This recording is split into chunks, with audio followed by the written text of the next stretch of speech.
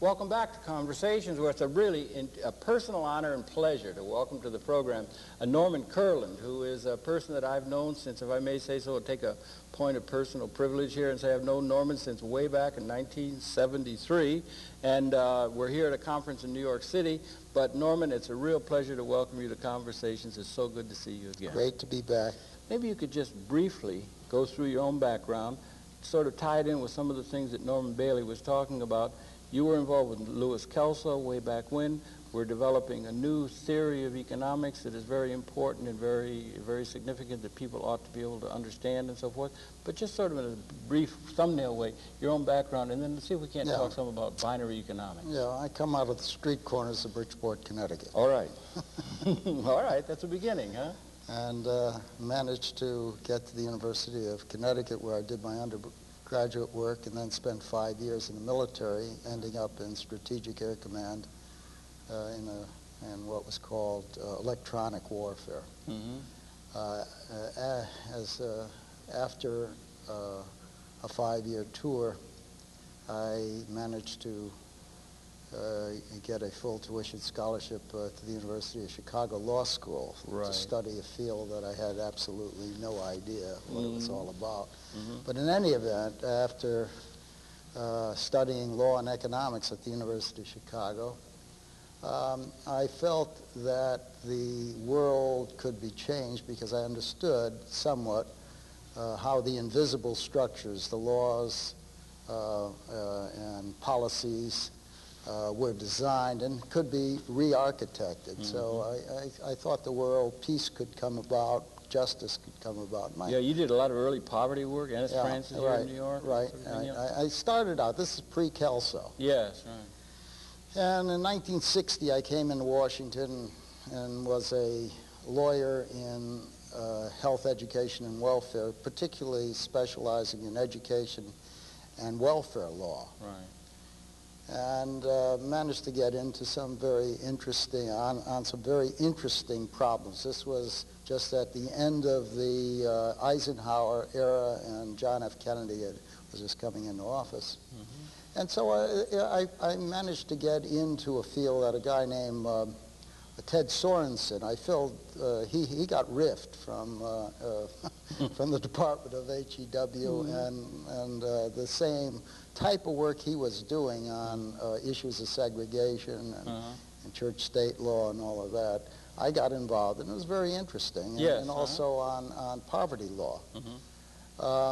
And spent a couple years, and then got a little frustrated by being within the bureaucracy and seeing that really the bureaucracy was on a track and it wasn't really going to resolve the problems of poverty or education. And there were some bigger issues that might be dealt with. Oh yeah, the bigger issues. I've always been interested in the issue of power and how you prevent the concentration of power, simply because I believe that Lord Acton was right in saying that power tends to corrupt and absolute power corrupts absolutely. Yes. And so the question wasn't to eliminate power, but to pulverize it, break it down into little chunks so that people could, in fact, begin to control their own lives. Minimum of bureaucracy. And so my interest was at that time in the guaranteed annual income, and or Milton Friedman's. Robert Theobald. And there you go. The ad hoc committee on the Civil Revolution. 1968, in the early 60s. And Milton Friedman had an idea called the negative income tax. And essentially, because I had a pretty good feel about what modern technology could do because of my Air Force experience, I recognized that it didn't make any sense to have a system where a lot of bureaucrats were getting in the middle. And the best I could come up with, and actually I didn't come up with, but the idea of redistributing income through the tax system with a minimal amount of overhead and people getting in between, but just getting money to poor people. And I left that job to go into civil rights, into the Commission on Civil Rights, U.S. Commission on Civil Rights, and I became a member of the legal council there, happened to be headed by a black counsel, general counsel, Clyde Ferguson, brilliant guy.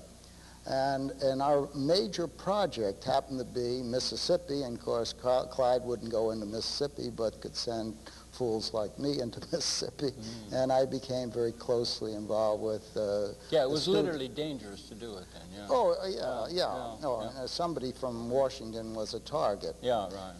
And obviously somebody who was African American was a special target. Yeah. So people like me would go in, and we were independent of Bob Kennedy and the Justice Department because we can investigate what the federal government was doing to perpetuate the system of segregation.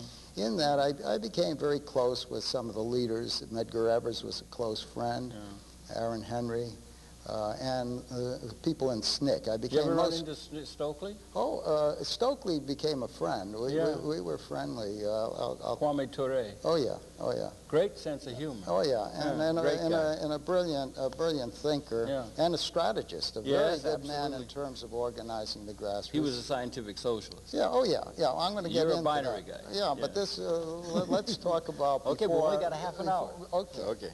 So, in any event, I think things happened. We developed a federal presence theory.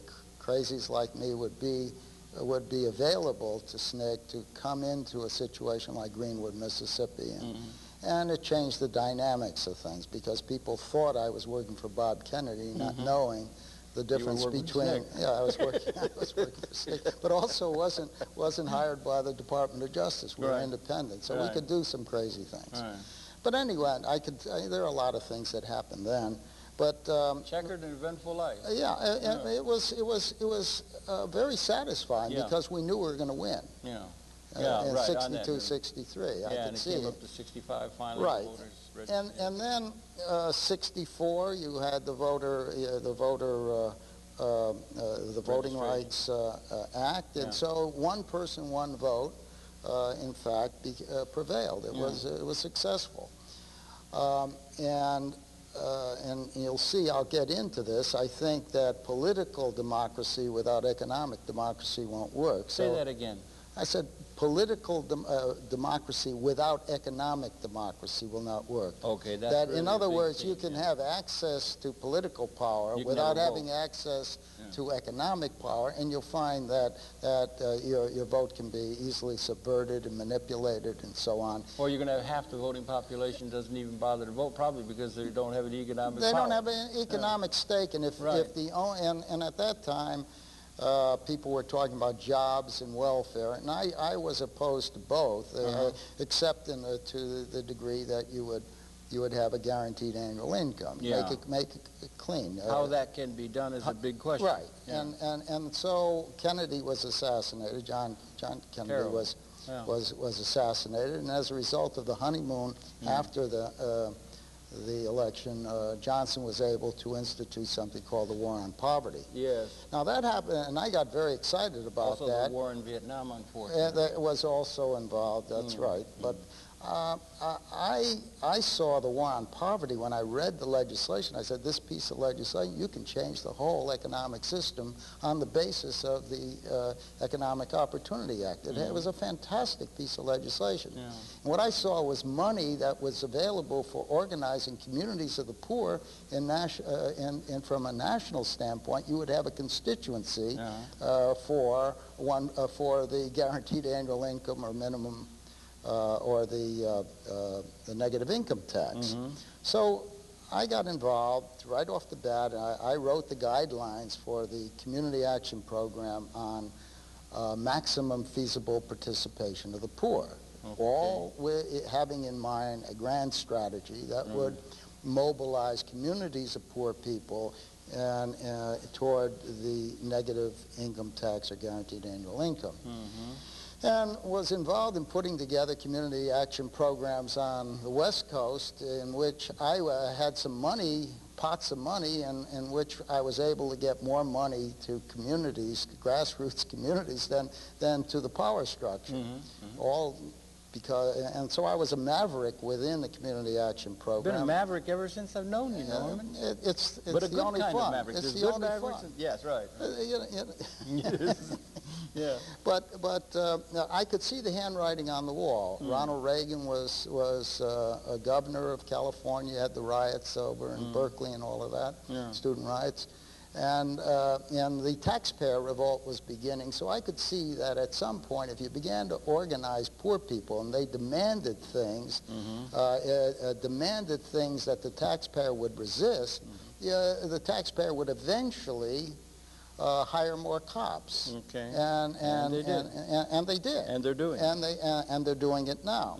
So I was frustrated. I didn't have an answer, and somebody, a guy named Mark Goldies, walked into my office, said, "Did you ever hear of Kelso?" I said, "No, I've never heard of Kelso. What is?" This would be around 1964? 65, March of 1965. Really early, yeah. And he began laying out the Kelso idea, and I said, "Oh my God." Here I had been trained in market economics at the University of Chicago and Keynesian economics. Friedman, did you? Or his brother-in-law, Okay. Aaron Director. There was a law and economics program at the law school. Okay. And I said, "My God, why didn't I think of this? It was so obvious." Because the concept was so simple. What was the concept? And the concept was power follows property, and if you want to get economic power to poor people, they have to have property, and that you can, by lowering the barriers to ownership, by lifting the barriers, by providing people with the social means by which they can become owners, suddenly you can turn the system right side up. The poor could have truly equal opportunity to own. That's a challenge that's still before us. But the idea was right. And this is what Lewis had presented. Exactly. And Mortimer Adler. Exactly. They presented it in 1957. I was in law school at the time, never heard of the book. Right. And obviously, Did you know Mortimer Adler? No, not at that time. I just recently had a visit with him. He's 98 now. Yeah, he's getting up there, Yeah.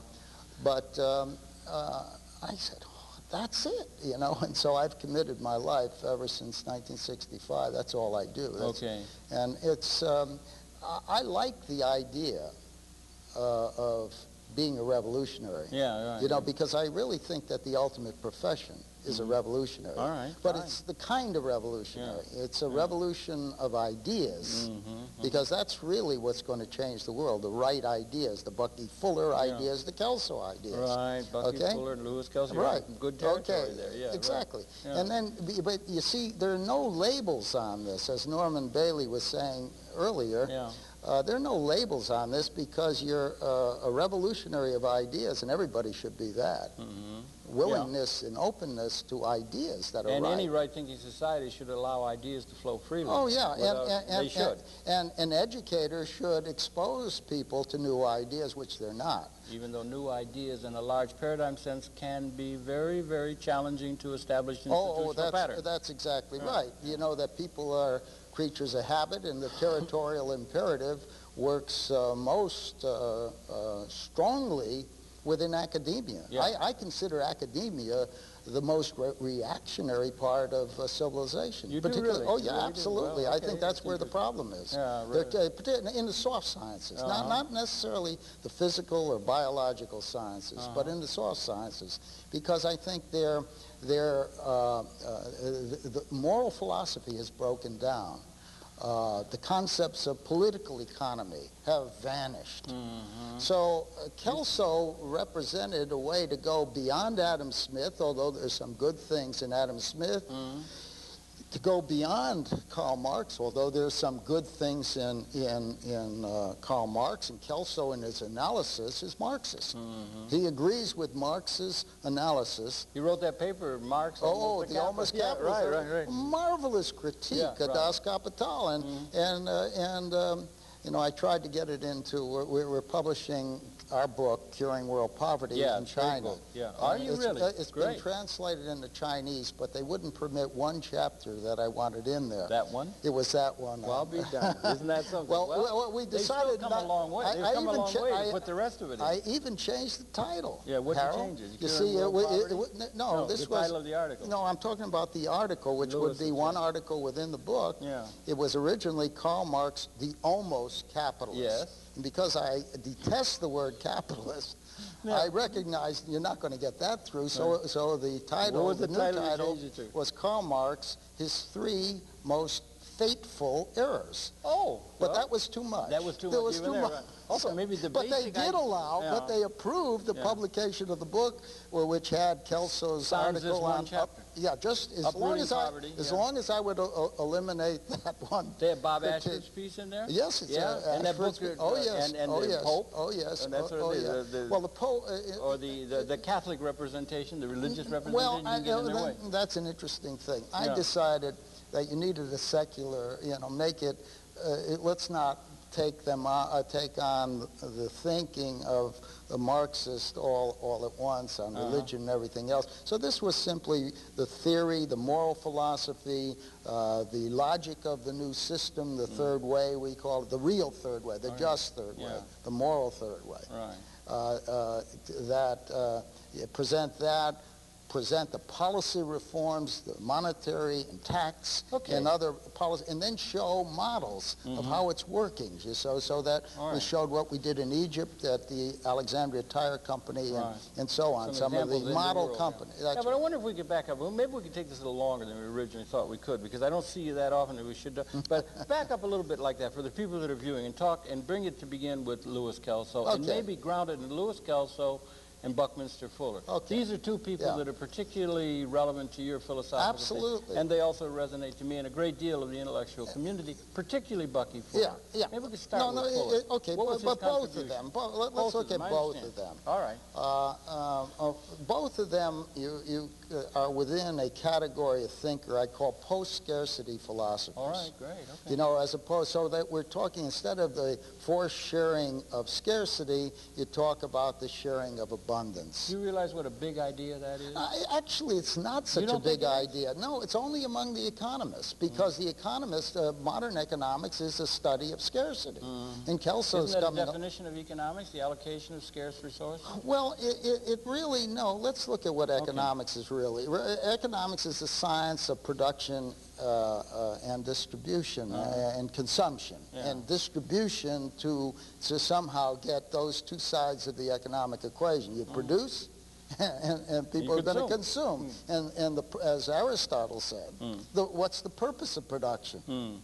Human consumption. Well, that was also Adam Smith said that. Of course. Yeah. And essentially we're starting with very simple concepts. Now, if in fact what Kelso, well, let's start with Fuller. Yeah, let's start with Fuller. He's a good place because an awful lot of people relate to Bucky Fuller. Oh yeah, and what makes Bucky such a great mind, really a treasure of civilization. One of the truly comprehensive Renaissance great minds of our time that we were privileged to have in our positive thinker, and not enough stress put upon him in these days, I would think. And his concept was pretty simple. He said, that what's changing in the world is technology. And he looked at the history of technology from the beginning of very primitive tools and said that he called it ephemeralization. It's a process of doing more with less. Through good design. And that your creative mind, the creative minds would take from the natural resources, the minerals and forces of nature, and continue to build tools. Well, he posited, didn't he? If we may, we can talk a little bit like he posited an a priori mystery to the structure of universal mind. I think he was a man who saw an intellectual coherence to the universe, which is a big issue that begins, some people think it's all chance and necessity, existential, that. He posited there was an intellectual pattern. He said there was a synergistic resonancy that inter-accommodates systems in the universe. Physics is telling us that, superstring theory and so forth. Yeah, right. And then he said that we were part of that process, and he looked about. One big question we have is there any purpose? What's it all about, Alfie? Is there any purpose to it? And he posited that if I may, he posited that all systems in thermodynamics, all systems move toward chaos. Yeah. The limits of the system, closed system, but a system. Closed systems do. Closed system. But he said, is there any purpose to biological evolution or human purpose? Right. And he said the purpose of biological evolution was to move across entropy and bring and increased bring patterns order. of conscious understanding Right. and order to the process of which we are a part, and it was apexed by mankind. Studying the forces and laws of nature, you were able to restructure the natural resources and build new and better tools in order to, what Bucky was talking about, was the moving from human slavery to energy slaves. Okay, you're jumping ahead a little bit, because we had this evolutionary process that went on for billions and billions of years. And so well, millions and of then years. 200,000 years roughly ago, out of the Eden in which we were evolving from the early hominoids, Homo sapiens sapien appeared. Yeah. And we had the unique reflective conscious capability and the ability to extend our consciousness and our physical capability into the environment and create an environment that was something other than, like an Eden-like sense, was given. Yeah, you So see, we had a unique capability to affect the environment. let's take a principle that Bucky repeated over and over and over again. He said, look, so many people are trying to change human nature. Karl Marx was trying to change the nature of the Many of your human being. moralists were And saying. many of your moralists are trying to change. He said change the environment that allows change the good man, to emerge. change the person. And he said, you can't do that. Take what's a given, it's a given. Change the environment around the human being to bring out the best aspects of the human being and repress the negative side. We're not angels. Yeah, create an environment that allowed the best to come out. And that's essentially the principles of Kelso, the principles of Fuller. It's how do you change that which you can change and stop trying to change that which you can't change. But if I could go back to that thing, we emerged 200,000 years ago, and for 200,000 years, we've been evolving. We all come out of Africa. Right. We moved around this world. Right. We lived in probably very brutish, short lives for the most part, running away from leopards and what have you. We had very few tools. We did it. And then we got over 200,000 years. And throughout all of that time, there was decidedly a condition that could only be called scarcity, within which we were, nature's embrace. You had primitive tools. And we only crossed this line to where the tools and the sophistication of the technology reached a point where we were able to, in a scientific way, say there is sufficiency or enough on a system scale of the whole planet within an ecological context only about 30 years ago. Well, you know, if Bucky Fuller's reading of that is correct. Well, Bucky said that in 1940 you had about 100 energy slaves for every man, woman, and child in the United States. But he said most of it was used for weaponry and not livingry. Remember him saying that? I do remember. Okay, so that there's a lot of waste. Well, yeah, and that's the revolution, is to convert waste or potential production into real production that will serve human beings, to enable human beings to be fully human. Yeah, well, that was part of it, but he said that we had reached this line. We had less than 1% were haves on a have-not scale, and by the First World War, it was that quick. It's in these times that we crossed the line where, in his scale, there were 10% of the world population could be seen to be haves on a have-not scale. Got up to about 20% in the Second World War. Much of that was weaponry. Much of it was technological, but it was the technological development that was coming. And he said we were reaching a point where in 1970 we crossed the 50% mark, and there were, in ontologic reality terms, not in the reality in the world, but the capability that we could have a world predicated upon, not predicated upon scarcity, but upon sufficiency for the world population within an ecological context, and that transformation is not put into the political dialogue at all. But let's go back before Bucky was born. Oh, 1895. No, I want to go back to around 1776, That's which is considerably before Bucky, where one great idea was that the divine right of kings is rejected, and we believe in the sovereignty of the human person under some higher divine or spiritual sovereignty that's above man. There's some source of creation. We may not be able to understand or explain it, but there's a source. Bucky's a priori mysterious design. Right, but and most people call that source God.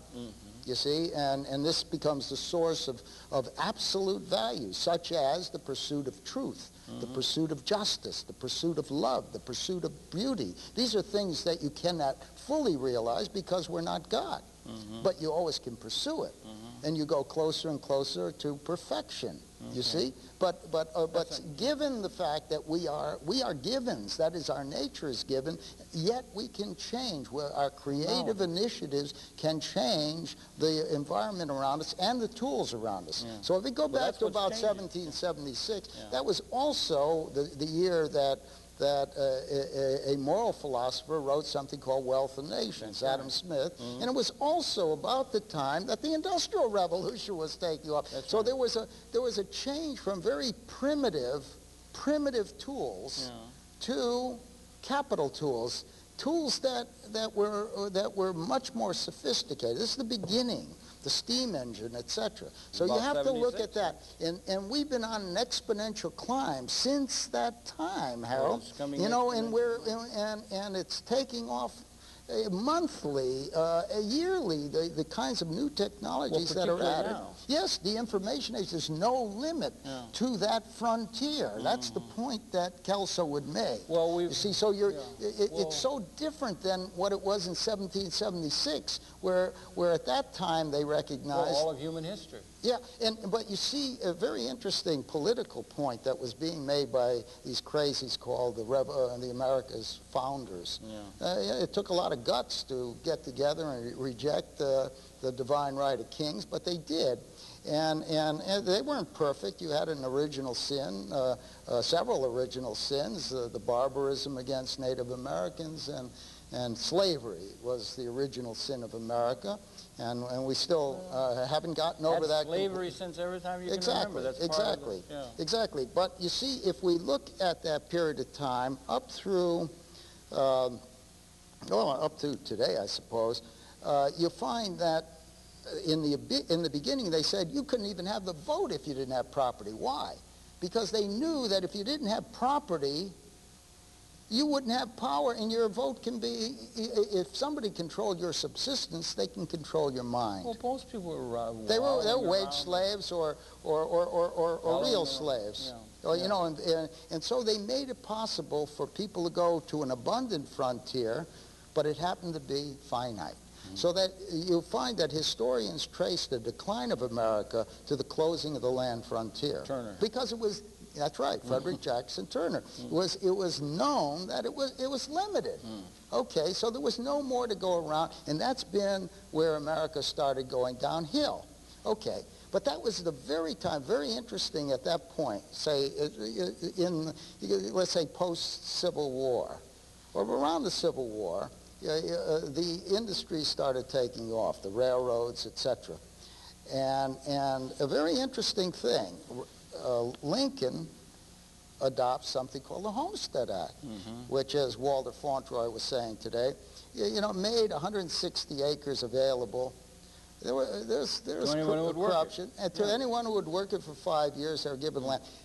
If you want to understand why America has risen to industrial greatness in the world, you must see the intelligence of the Homestead Act. Not a perfect program, but the most important economic development strategy that America has ever adopted. Why? Because by breaking it up into small chunks, people were able to feed larger families and release people from the land to build another frontier. Yeah, and open the industrial frontier. Open it up to Europe. Okay. And what happened, however, in the opening up of this new frontier, the corporate frontier, the technology frontier, the advanced technology frontier, they excluded most people. So that you move from a nation of a lot of independent farmers and proprietors to a nation of wage slaves. Okay, it started then. Well, yeah, right. Basically, in other words, wage slavery in general started with the beginning of the development of the modern corporation. Yeah, well, it might well be, and that most people have to earn their income. And if their incomes increase significantly, some people are able to put aside some and begin to get a leg up toward having some ownership. Few geniuses and lucky people. But H.L. Hunt, remember there was somebody making a point about education. H.L. Hunt didn't have an education. He was a billionaire. Neither did Henry Ford. William Gates. Yeah. Okay. Well, Gates had a little bit of Case. I mean, they dropped out of Harvard, dropped out of but college. at least he had an education. Well, he had some and he also came from a family of lawyers, etc. But the thing is, ownership doesn't require you to be brilliant. You know, so we have to look and see that there are barriers to ownership, and that those barriers are made not by God. They are not givens. They are, and this is where Kelso adds a dimension that Bucky Fuller didn't have.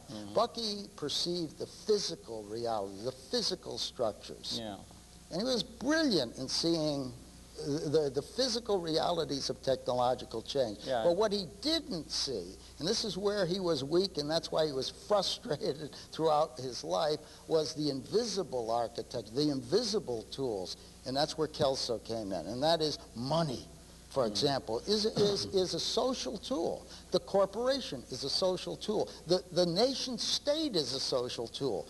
These should not be superior to people. They should be tools of the people. They should serve the people. They should enable the human being, every human being in the society, to become independent, to develop their own faculties, to be self-learners all their lives. You see, we need that cultural change from the culture of death to the culture of life. Well, all right. There are a lot of things we've covered here, like, for instance, with Bucky Fuller going and saying we've transcended scarcity, which is a huge thing, and you say that the movement, the third way and this kind of thing you're involved with, is a post-scarcity vision that you have, that kind of thing. Some people, Bob Ashford and others, will say that if we institute the right structure, economic and financial structure and so forth, we can institute a world that is we can move into a post-scarcity world. We have great growth potential.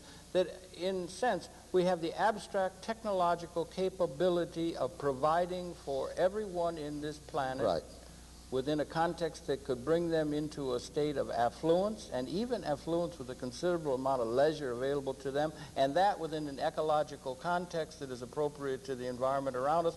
We have that capability. We didn't have that capability historically. We've only had it in this modern experience. No, Harold, Norman Bailey made the point. I really believe that we had it from the very beginning. If we began to understand that ownership of tools was going to surpass the ownership of land, and began to talk about how that these new tools, these energy slaves, could be owned by people generally as a fundamental human right. And as a matter of fact, predating the Declaration of Independence, we have to go back to George Mason in the Virginia Declaration of Rights. Here was the father of the Bill of Rights, who in the Virginia Declaration of Rights, what he said was that you institute, people come together to form government in order to secure life, liberty, and he said, with the means of acquiring and possessing property in order to pursue human happiness and safety.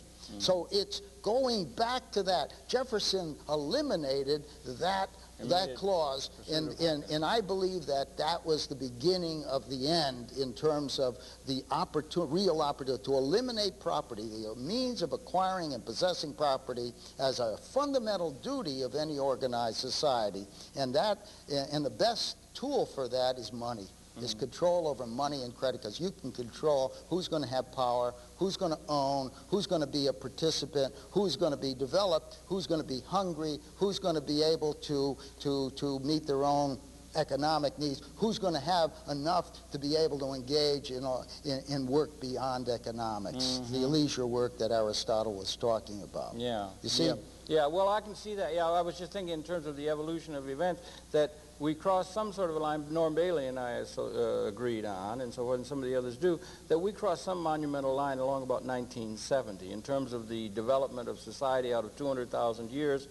What was going on in this republic was part and tied into a pattern of evolution that went back 200,000 years to Africa. We were developing, but we crossed the line, and there's a new era emerging that is now. Yeah, it doesn't really matter when that line crossed, Harold. But it isn't realized yet. No, it isn't. And so now we're in the new millennium. If I may, the point that Fuller, and it's worth thinking about, when Fuller was proposing this, he wasn't talking about one group of people within one corner of this planet or something. He was talking on a system scale, the whole human society, and that within a broader context, that we were transcending scarcity as an ontologic reality. But he has to... And the reason that it had changed, human nature hadn't changed. That's right. What had changed was the extended consciousness and capability that we had. Exactly. And we've come to that point. Now, that concept, if you have a politician or anyone that's running the show or running the Right. major institutions, to say that we have transcendent scarcity does not enter into the political dialogue, or That's- never does come up. No, it's only because And of you a would communication problem, Harold. I mean, from that the revolution, as I say, is a revolution of ideas. And you have to ask yourself, why is it taking so long to get the ideas out? And my answer to that is academia. Academia is permeating the intellectual channels. They're educating the politicians, the media. The economists. And the economist is, you know, the field of economics is only a measurement of scarcity in the world. It's not telling you how to overcome it and move to abundance. So there's no strategy in economics that deals with ownership as a means by which you can begin to distribute incomes. Well, that is getting us back to theoretical economics and so forth. And that's where Right. Lewis, Kelso, Right. and maybe Bucky Fuller can come together, because all economic theorizing Right. has been predicated, whether it's Smith or Ricardo Right. or Marx or Schumpeter or Van Hayek Labor or theory. It's all labor theory. The of ordinary value. guy can only That make it- it, can that- only make it by wages. Either, and which was And which the was ownership, absurd. the ownership of that, other Right. than labor, is held by a minuscule few Now that's at the top. yeah, but that's part. You have to ask, why is it held? It's because of the system. The system finances all that new capital in ways. It creates right now in the U.S. economy about $1 trillion a year, $4,000 per man, woman, and child every year.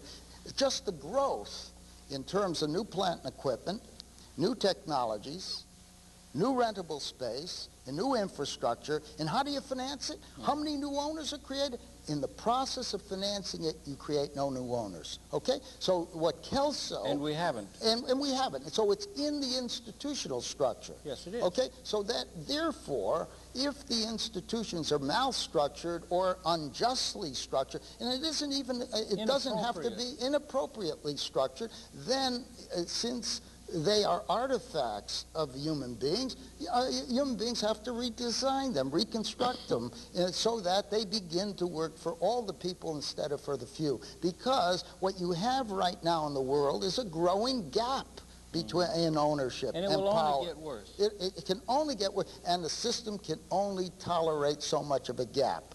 I mean, at one time, was it Morgan? J.P. Morgan said that it would be immoral for the top person in a corporation to get more than 7 times the pay of the average worker. Okay? And then it went up to 40. And then it went up to many times that. So you have corporations where the chief, there was a failing corporation in which the chief, they laid off a whole bunch of people, and the chief executive got higher pay for this. Yeah, it happens all the time now. You see? Yeah. So the gap keeps getting wider. It's not only within the corporation, it's the whole economy of the United States, but there's also the same separation between the developing or the developed economies and the underdeveloped economies. What's holding it back? Ideas. Because the developing economies were sold a bad bill of goods, and that was you're dependent on these big companies and a big corporation. No, they can create their own culture and their own laws so that you create the conditions in which you can turn the world right side up. There's nothing to stop development. They need technology, they need know-how, they need training. All this is on the shelf. There are many people who can help on that, but they have to create a political system or a political economy which will encourage growth, healthy growth, ecologically sound growth, but do it in ways in which you finance that growth, again, internally. You don't need external, because we did this in Egypt. We enabled 600 workers to become owners of one of the most advanced steel belt radial truck tire plants. The workers hadn't even been hired. It was a new joint venture with Pirelli Tire of Italy, and the workers ended up with the largest chunk of ownership, simply because we applied the Kelso idea. Yeah, the Kelso idea, the binary economic ideas are really good. But I, in a certain sense, philosophically, I mean, if we've come out of 200,000 years where the ontologic reality was one of grinding scarcity. Right. And we only crossed that line, and this is in terms of the broad evolution on a system scale of the whole evolution of events on this planet, we only crossed that line to where there were more haves and have-nots in terms of our technological capability of providing, then that's not very long ago. And we might be able to be a little easy on ourselves that we haven't immediately been able to establish a system that is relevant to the dawning future. Yeah, you're not Now, gonna, yeah. they're still going to be needing some sort of an understanding that liaisons with that, but they need a pattern which is not based upon the idea that people are going to gain their income by a labor relationship. Yeah. They have to spread ownership to the mass of the people as an instrument of income distribution. Right, because the wage system is the cancer of every economy on the globe, you see? And the ownership system is the answer. This is a Jesse Jackson. Jesse's That's what he should be saying. Well, that's what he should be saying. I know, I'm not saying he's saying that. I'm saying he should be saying. But the thing is, you're not going to change the world overnight.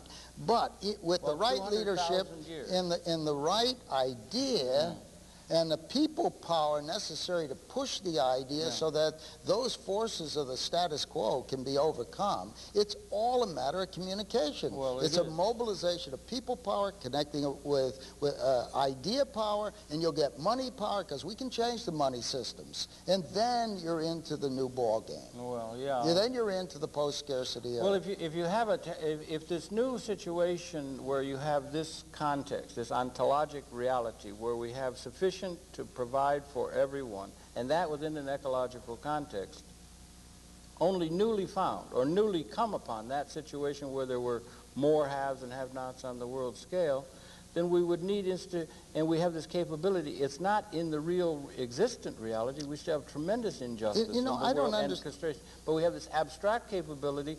We didn't have that abstract capability in the past. You know, Harold, we have it now, I and have it's a going to problem. create schizophrenia. I have in the a minds problem. of people. If people say that 3.5 billion out of the 6 billion are living on $2 a day, and you're saying that there are more haves than have-nots, I can't understand that. If 2 billion of the world's population are living on $1 a day, you know, how can we? Yeah, no, that's but so the point I'm making is, we have to start with today's reality and move forward as aggressively and as prudently as possible by changing the policy structures, which means we have to re-educate the economists and the political sciences and the social sciences so they begin to become aware that there's a new paradigm out there, and it's a post-scarcity paradigm, and it's one that's win-win. Nobody has to lose. We don't have to pull down the haves in order to lift up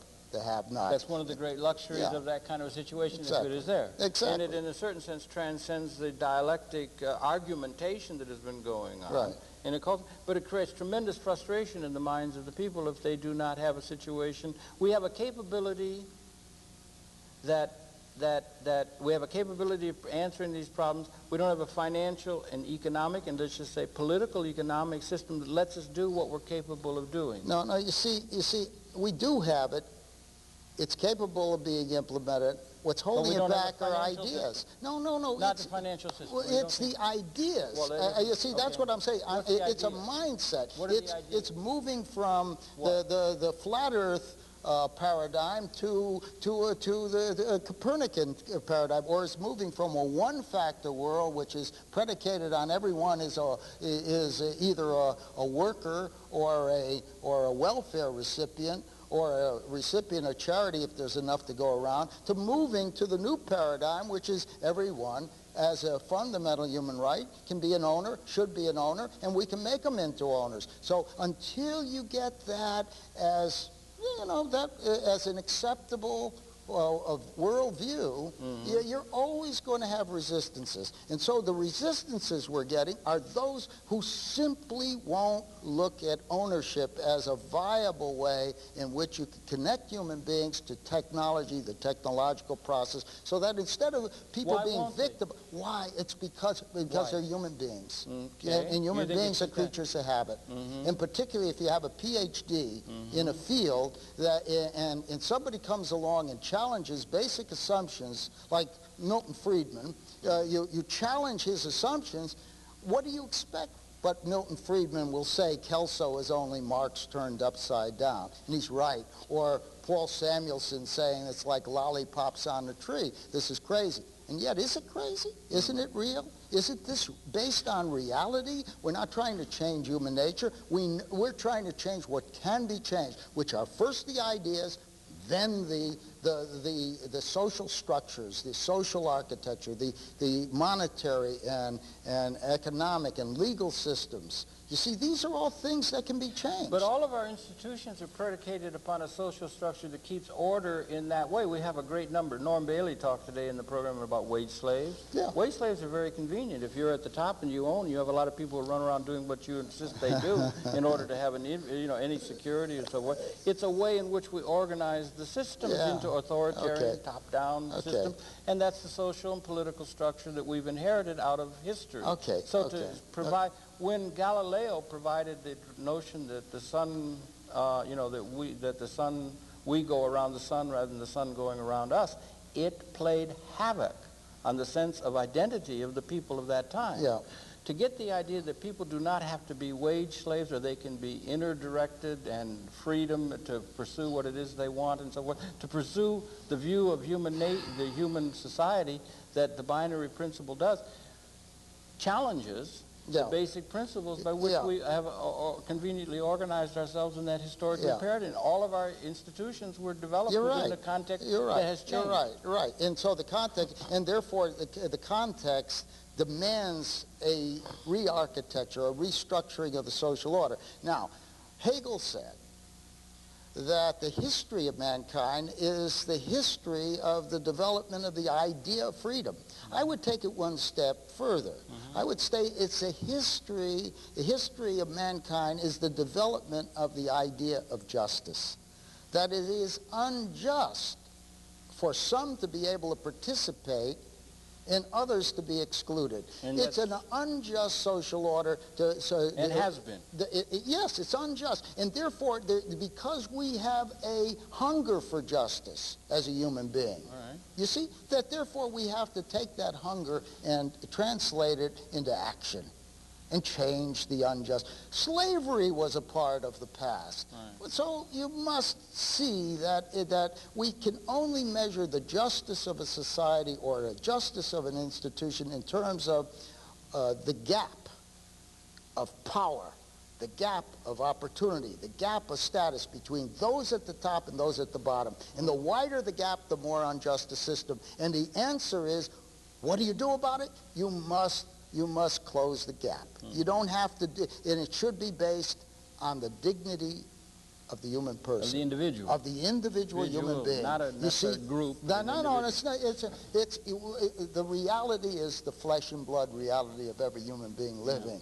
And we have to think not just of the present generation, but we have to think, as the Indian poets say, 7 generations ahead. Then this is Bucky Fuller thinking anticipatory planning, and Kelso thinking anticipatory. We can do this in a way that nobody gets hurt, everybody wins. And to me, once you've created a system based on justice, you will have peace. The Pope Paul VI said, if you want peace, work for justice. And the opposite of that is, if you want war and revolution, allow things to remain unjust. So we really have to come down to whether we want 2 million, we can continue to have 2 million people, able-bodied people in the prisons, at $30,000 a year taxpayer upkeep, or whether we view that as a waste of human talent and we can transform them. And one of our jobs one of the objectives of our Washington, D.C. project is to really focus in on the poorest of the poor, and including the people in the subject to the criminal justice system, transform them into productive, whole, creative human beings. The frustration of people who think that they're in a closed box, you see, can only be removed by breaking the walls and allowing people to get out of the old boxes, there's a new box. It's called the third way, the just third way, the Kelso box, Kelso-Fuller box. Because I think you have to bring together the principles of design science of Bucky Fuller and the principles of institutional design science from Kelso, because only that combination will bring power to the people today and into the future. Yeah, well, we live in a time where they just did the genome, didn't they? They just finished the human genome. What an amazing thing. And if you incredible. Luther Burbank would really look forward and just wonder whether things what would Mendel say? Or Mendel and these kind of things. Yeah, these things are happening. We have these things, and one of the interesting things about DNA, or the model of DNA, that every cell in the body, we have trillions in any organism, every cell in the body, and there's some cells that are cerebral, some cells that are epidermal, some cells that are liver, or something. They're all the cells in the body. Right. If one looks at the human society, we have 6 billion souls now, and so forth. And so many of those people are functioning only at a minimal capability. They can hardly live, let alone. But if an organism to be healthy, every cell in the body has to be healthily engaged and in communication with the whole. There has to be a symbiotic relationship so that everything, we want to get the maximum capability. I remember Bucky, out of everybody. Yeah, Bucky's talking about, he was talking about Bloom. Alan Bloom? Well, no, it was another Bloom dealing with education and how we only tap on a very small percentage of human capability. And the question of education is, how do we tap into more of that capacity? You know, and this is again, changing the environment, changing the cultural environment, changing the justice environment. And it's justice. Justice we shall pursue. You see, and that's what we have to change. Justice according to what? Well, I think the best. To what criteria? I mean, justice according. No. What is justice? Well, what is justice? Word, but I was just trying to think of Bucky again, and he's saying that Bucky said that he tried to posit that we had an entropic universe, and then you have some idea of a movement across that. Is there some purpose? Sure. Is there a purpose? Well-being. No. Human well-being. Well, wait a minute. That could be hedonistic or some sort of. No, it does. Is there a purpose? No. His proposal is that we move, that the pattern, the biological evolutionary process moves across entropy. Yeah. It's an anti-entropic, or synergistically anti-entropic functioning universe apexed by mankind. But what did it involve? So this is the purpose of human existence. That's right, to create, Can we get at the reason of the purpose of human existence against which we can set up criteria? Why Justice is a little bit tricky because it has an absolute quality to it. It is an absolute quality. You'll find that within moral philosophy, this is one of the cardinal virtues. No. What is justice? What is it? How do you measure it? We're moving toward where you would have every cell in the human organism. What is truth, Harold? Maximally What engaged. Is love? What is absolute love? Well, you get to those high. But these are things you pursue. In other words, there's an evolution in our understanding of the principles. That we discover principles that were hidden, you see, and as our minds are freed, and as we then discover more about ourselves, more about nature, and justice is the same thing. We discover principles. As a matter of fact, the most exciting thing I found in Kelso was not just the idea of expanded ownership or the practicality or the democratization of capital credit. These are very, very good, wonderful things, but those are only tools. The most important thing I found was Chapter 5 in his book, which I think was very poorly entitled The Capitalist Manifesto, because I think capitalism is not a good word to use. It is a loaded term. It's a loaded term, and it means, it automatically means that material things are more important than human things, because capital is not human. It's land structures, machines, inventions, and all of that kind of thing. It's non-human things. And Kelso, in Chapter 5 of that book, he outlined with economic justice and economic rights. And it was in there I saw a theory of economic justice that My God, I said, once you get into this, there's no getting out of it, because it was a logical system. And it was based on 3 basic principles. And you see, because justice, what it means is always balance. Justice has a balance. There's always an equivalence. A definition of is to each according to what he is due. So you have to have a balance, okay? So the 3 principles of economic justice in Kelso, and this is what blew my mind, because they don't teach justice in the law schools. They teach you the law, but they don't teach you justice. And it wasn't until I came across Kelso that I had an understanding of linking, of a theory of economic justice. And that's the most exciting part. All right, it is. And what it was it's based on a 3-legged stool, 3 principles, basic principles. One is a principle, the most important is what's missing, is the principle of participation. You see? It was the input, how you contribute to the economic process as a human being, each human being. It's the principle of equal opportunity, but it means equal opportunity to work as much as your economic work is needed and may eventually be replaced by machines. And secondly, and to move into another form of work, you see, which is leisure work, which you do without pay. That's the non-economic, the work of civilization.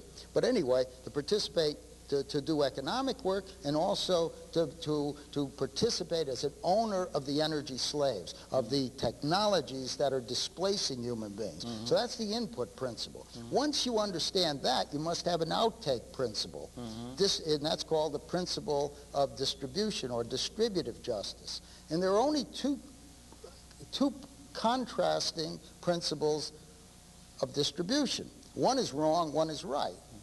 The wrong one was the one Marx was talking about, is to each according to his need, which is a valid principle, not for justice, but for charity. In other words, in your home, you don't ask your kid how many bales of cotton have you picked today before you feed them. You see?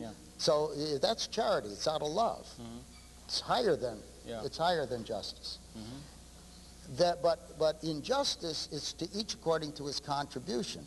And Kelso said the private property principle of distribution is measured by the market system.